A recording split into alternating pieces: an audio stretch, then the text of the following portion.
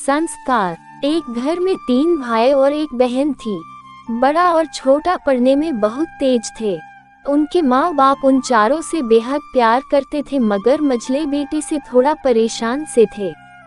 बड़ा बेटा पढ़ लिख कर डॉक्टर बन गया, छोटा भी पढ़ लिख कर इंजीनियर बन गया, मगर मझला बिल्कुल आवारा और गंवार बन के ही रह गया।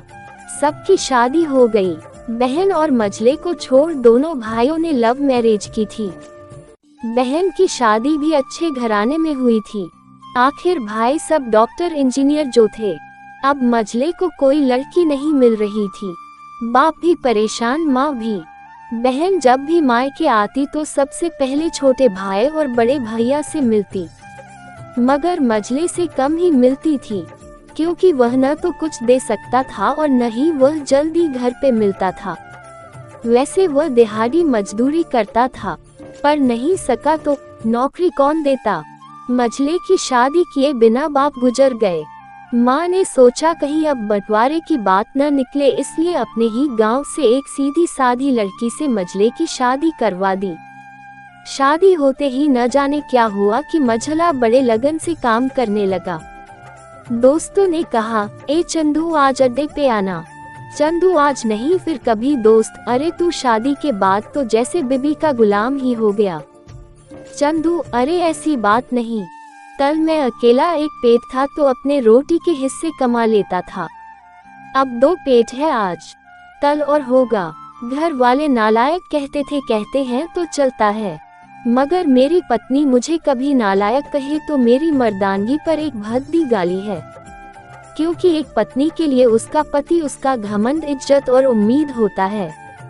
उसके घर वालों ने भी तो मुझ पर भरोसा करके ही तो अपनी बेटी दी होगी, फिर उनका भरोसा कैसे तोड़ सकता हूँ। कॉलेज में नौकरी की डिग्री मिलती है और ऐसे संस्कार माँ बाप से मिलते हैं। इधर घर पे बड़ा और छोटा भाई और उनकी पत्नियां मिलकर आपस में फैसला करते हैं कि जायदाद का बंटवारा हो जाए, क्योंकि हम दोनों लाखों कमाते हैं मगर मझला ना के बराबर कमाता है। माँ ने कहा ऐसा नहीं होगा। माँ के लाख मना करने पर भी बंटवारा की तारीख तय होती है। बहन भी आ जाती है, मगर चंदू है कि काम पे निकलने के लिए घर से बाहर आता है। उसके दोनों भाई उसको पकड़कर भीतर लाकर बोलते हैं कि आज तो रुक जा, बंटवारा कर ही लेते हैं।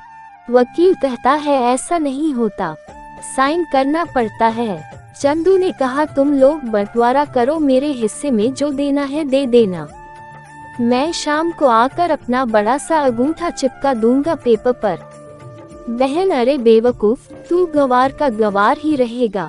तेरी किस्मत अच्छी है कि तू इतनी अच्छे भाई और भैया मिले, माँ कहती है। अरे चंदू आज रुक जा, बंटवारे में कुल 10 बीघा जमीन में दोनों भाई 5-5 बीघे रख लेते हैं और चंदू को पुश्तैनी घर छोड़ देते हैं। तभी चंदू जोर से चिल्लाता है, अरे फिर हमारी छुटकी का हिस्सा कौन सा है। दोनों भाई हंसकर बोलते हैं, अरे मूर्ख, बंटवारा भाइयों में होता है और बहनों के हिस्से में सिर्फ उसका मायका ही है। चंदू कहता है, ओह, शायद पढ़ा लिखा न होना भी मूर्खता ही है। ठीक है, आप दोनों ऐसा करो, मेरे हिस्से की वसीयत मेरी बहन छुटकी के नाम कर दो। दोनों भाई चकित होकर बोलते हैं, और तुम। चंदू माँ की ओर देख के मुस्कुराते हुए बोलता है, मेरे हिस्से में माँ है न।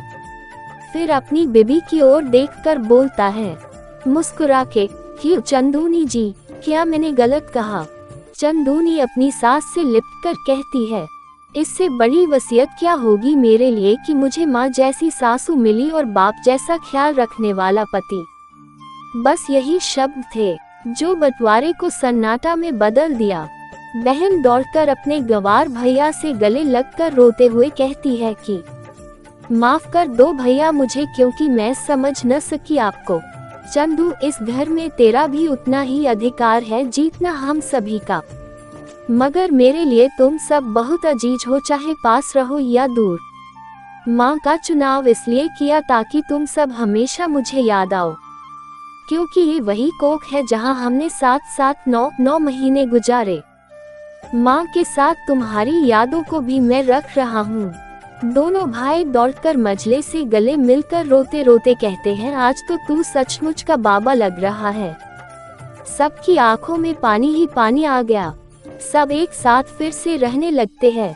दोस्तों, कहानी अच्छी लगी हो तो लाइक शेयर करना ना भूले और चैनल पर नए हो तो चैनल को सब्सक्राइब अवश्य कर दे।